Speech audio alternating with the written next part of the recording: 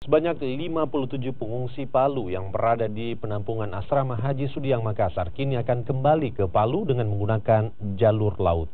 Pemulangan pengungsi Palu ini merupakan bantuan dari pihak swasta.